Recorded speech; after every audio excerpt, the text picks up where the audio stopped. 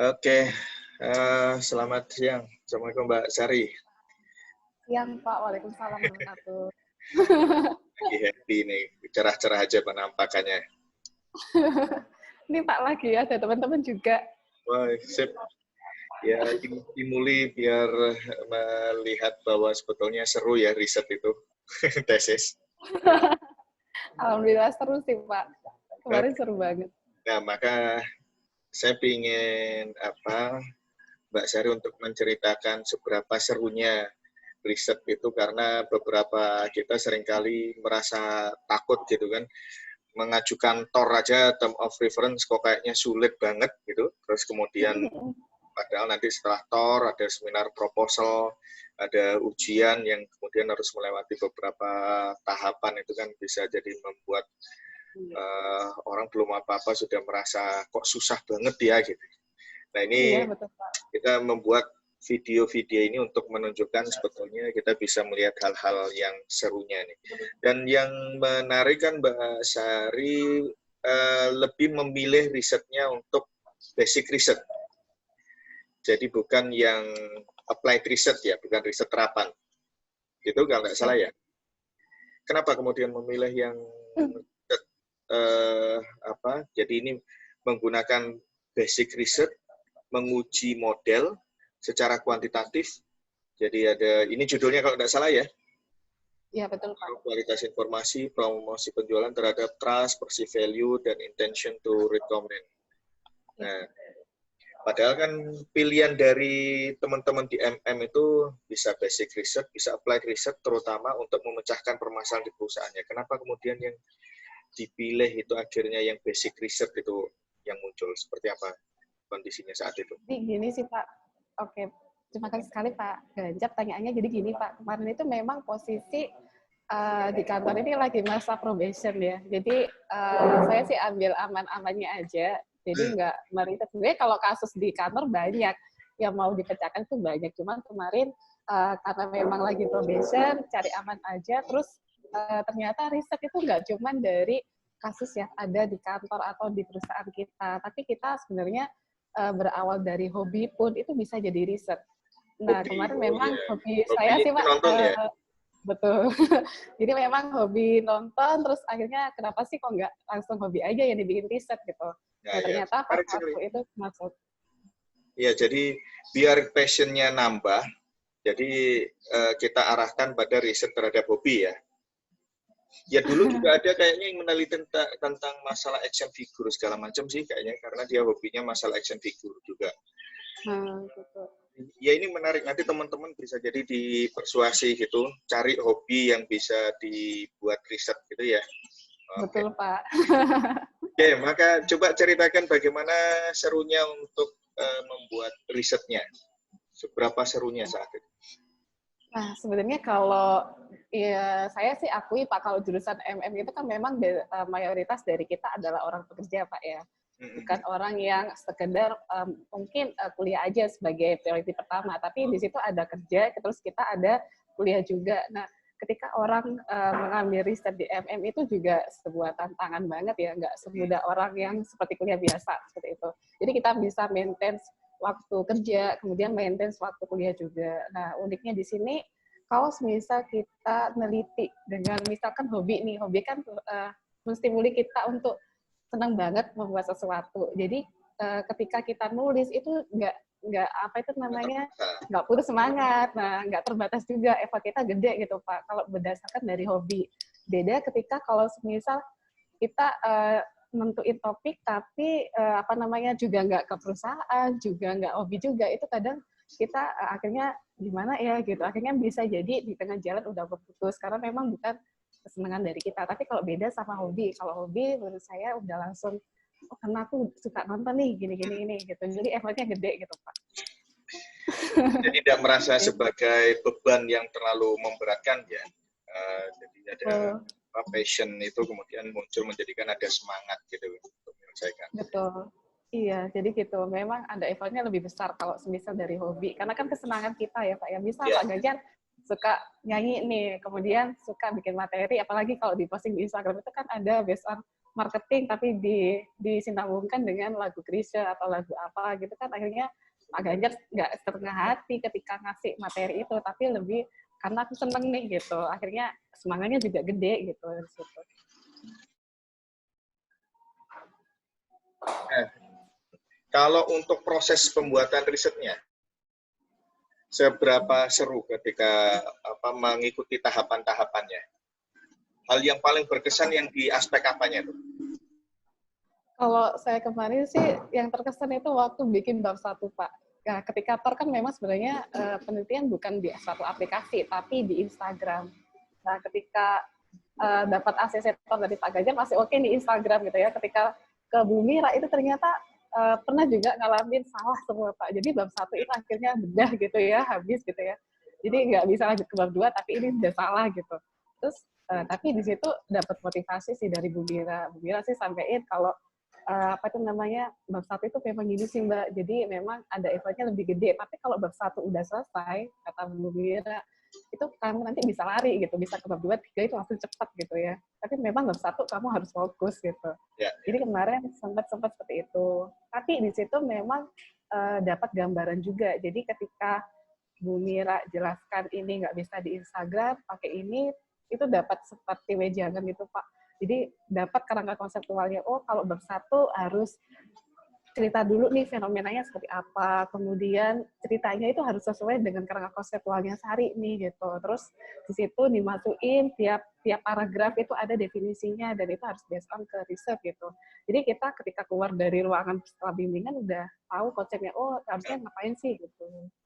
Jadi keluar itu tidak kemudian dengan masih bingung ya, tapi pasti ada solusi apa yang harus dikerjakan. Seperti itu ya?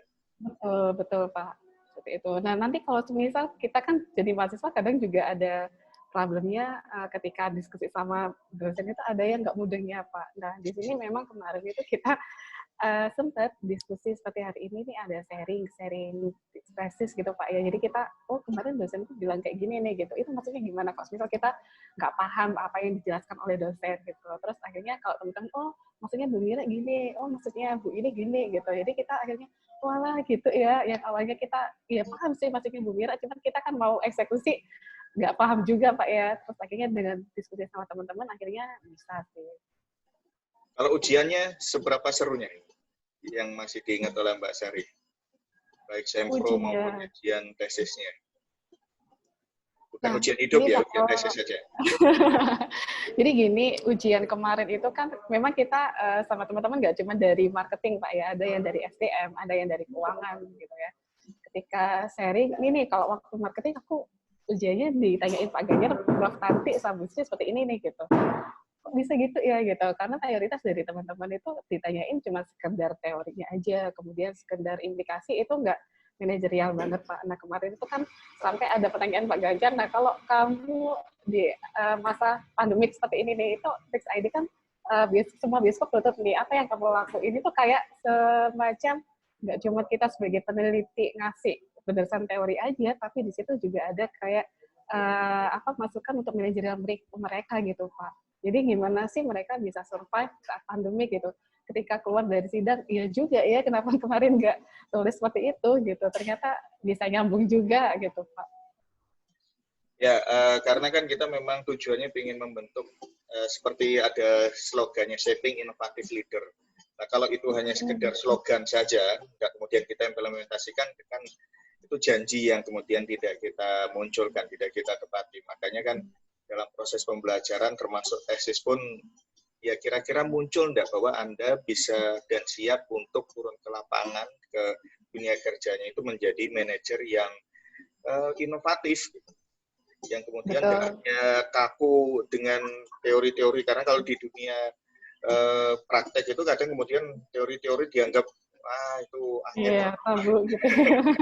Kebanyakan teori kadang kalau orang mikir kebanyakan teori nggak ada actionnya gitu ya Pak ya. Cuman kalau memang implikasi baiknya memang yang bisa diimplementasikan gitu, karena memang mayoritas dari tesis itu kita ngasih sesuatu solusi kadang juga nggak bisa diimplementasiin gitu ya Pak. Cuma based on dari teori aja. Cuma kemarin kesannya waktu ujian itu serunya ada apa itu namanya sempat dibahas mengenai pandemik gitu, dan ketika saya itu juga baru sadar, iya juga ya kemarin kenapa nggak nulis juga masa isolasi itu kita harus ngapain aja untuk Tix ID seperti itu. Itu Pak kemarin yang bikin unik kata teman-teman juga. Ya, baik. Jadi secara umum hal seru apa yang Anda bisa dapatkan dari kuliah di MM? Dan apakah memang bisa dibawa ke dunia kerjanya? Kalau tidak salah di Mbak Sari kerja di dunia quality control ya, di lembaga apa? Pak. Badan Quality sertifikasi assurance. ISO. Oh, sama lembaga sertifikasi ISO. juga. Nah, kira-kira pembelajaran yang di MM itu seberapa serunya dan apakah memang bisa diimplementasikan di dunia kerjanya? Sebenarnya kemarin juga bisa banget Pak, karena kalau nggak mungkin nggak bisa ya ketika kita keluar dari MM nggak bisa diimplementasikan, itu nggak mungkin gitu. Pastinya iya bisa. Kemarin sempat juga waktu isolasi ini Pak, pandemik itu juga sempat di bos kita juga kebingungan ini gimana nih, padahal kita kalau core prosesnya itu kita banyak audit kan visit Pak, kemudian kita juga training in-house training ataupun di kantor sendiri. Nah, ketika ada pandemik ini sempat kemarin juga mengalami kebingungan di manajer itu. Nah, situ sempat ada sumbangsi juga. Jadi kita meeting, akhirnya saya juga nyaranin juga gimana kalau semisal ini tuh nggak yang absolutely ketika pandemi kita udah tutup gitu, nggak. Ternyata kita itu bisa melakukan seperti konsultan, kita buka webinar, misalkan awareness ISO, tapi kita pakai semacam Zoom atau media lainnya seperti Google Meet gitu. Jadi kita sampai saat ini juga masih open aja gitu. Tapi di situ nggak semua perusahaan Pak bisa survive juga ketika ada pandemik. Nah di situ ide marketing atau ide dari manajemen MM ini juga bisa ngasih sumbangsi sih di kantor seperti itu. Salah satunya seperti itu. Mata kuliah apa yang paling diingat sama Mbak Sari? Yang paling kalau mata kuliah yang paling diingat itu mata kuliah marketing Pak, pastinya karena kan ambil dari marketing juga. Masih ingat. Cuman yang paling kesan juga marketing ya. Ada simulasinya? Karena ada simulasi komputer dari Pak Gun atau seperti apa? Saya kalau Simbis malah B aja Pak ya, karena Simbis saya juga kelasnya gede gitu, juga agak nggak terlalu concern juga di situ. Tapi kalau gitu. Terus kalau yang terkesan sih memang kuliah yang seperti marketing kemarin cuma 15 orang, itu juga oh gitu ya gitu. Ternyata ketika waktu kuliah marketing seperti ini gitu. Akhirnya ya udah ketika semuanya pemfokusan di tesis udah ambil marketing aja, kemarin memang pahamnya di marketing gitu. Dan di situ juga kemarin sempat ada polemik Pak antar mahasiswa juga. Ketika dia itu udah ambil pemfokusan marketing, ternyata ketika tesis itu nggak berani ambil marketing loh. Kenapa dia gitu ya? Saya juga bingung di situ loh. Katanya kamu kemarin marketing kok jadi SDM gitu, anak keuangan kok jadi SDM gitu. Katanya SDM enak gitu, nyaman. Maksudnya dalam artian gampang sih katanya gitu informasinya. Tapi ketika kita udah jalan bareng-bareng nih gitu, ternyata dia juga di SDM juga belum selesai juga gitu Pak. Eranya di situ. Katanya kemarin enak gitu ya. Jadi bukan karena masalah konsentrasi atau dosennya, tapi karena faktor rezeki juga mungkin ya. Oke, terima kasih terhadap pengalamannya untuk diceritakan. Nah, harapannya ini nanti bisa ditularkan ke adik-adiknya, ke teman-temannya agar juga semangat. Nanti saya juga akan mencoba mencari teman-temannya yang juga bisa sukses untuk lulus tesis dengan nilai yang baik. Dapat apa kemarin? Dapat A. Dapat A. Nggak nyangka ya? Nih. Tidak lah. Ya semua dosen kita berdiskusi kok, bukan karena satu atau dua dosen. Baik, terima kasih. Tetap semangat. Mana teman-teman ditunjukin, diputar videonya? Oh ini, sebentar Pak. Mas ini layarnya udah bisa diputar nih. Oh ini bisa Pak. Oke. Ini Pak. Selamat siang Pak. Wih, sip. Assalamualaikum Pak. Waalaikumsalam warahmatullahi wabarakatuh. Ya segera nyusul Mbak Sari ya, bertiga aja nih. Iya Pak. Iya Pak. Saling menyemangati aja deh. Kalau ada masalah segera kontak saya. Oke, good luck. Terima kasih Ya, terima kasih. Mbak Sari dan teman-teman sekalian. Barakallah. Assalamualaikum. Yuk.